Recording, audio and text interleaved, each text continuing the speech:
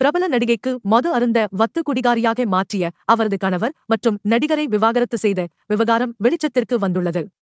கவிதா மனோரஞ்சனி என்ற இயற்பெயர் கொண்ட நடிகை ஊர்வசி தமிழ் சினிமாவில் முந்தானை முடிச்சு படம் மூலம் அறிமுகமானார். தொடர்ந்து தமிழ், மலையாளம், தெலுங்கு, கன்னட மொழி படங்களில் முன்னணி நடிகர்களுடன் இணைந்து பிரபலமானார். சினிமாவில் இவர் கோலோச்சியதால் பெரும் புகழை சம்பாதித்தார்.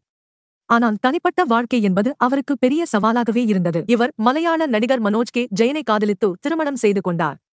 இருவருக்கும் ஒரு மகள் உள்ள நிலையில் மனோஜ் கே ஜெயன் ஊர்வசியை மது குடிக்க வைக்க வற்புறுத்தினார். கொடுமைப்படுத்தி மது குடிக்க வைத்தால் அவர் குடிகாரியாகவே மாறினார். படத்தில் நடிப்பதை கணவர் நிறுத்தியதால் நொந்து போன ஊர்வசி மதுவுக்கு அடிமையானார். பின்னர் உறவினர்கள், நண்பர்கள் அவரை மதுவில் இருந்து விடுவிக்க அறிவுறுத்தினர். ஒரு சிறந்த நடிகையாக இருக்க வேண்டியவள் நீ, மதுவை விட்டுவிடு என தினமும் நண்பர்கள், உறவினர்கள் புத்திமதி சொல்லி சொல்லி அந்த பழக்கத்தில் இருந்து விடுபட்டார்.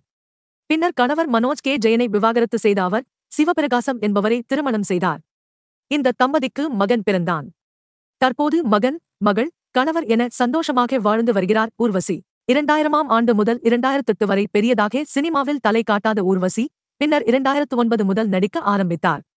தொடர்ச்சியாக நடித்த அவர் அடுத்தடுத்து படங்களில் கமிட் ஆகி மகளிர் மட்டும், சூரரை போற்று படங்களுக்காக சிறந்த நடிகை என பிலிம்பேர் விருதுகளை வாங்கினார்.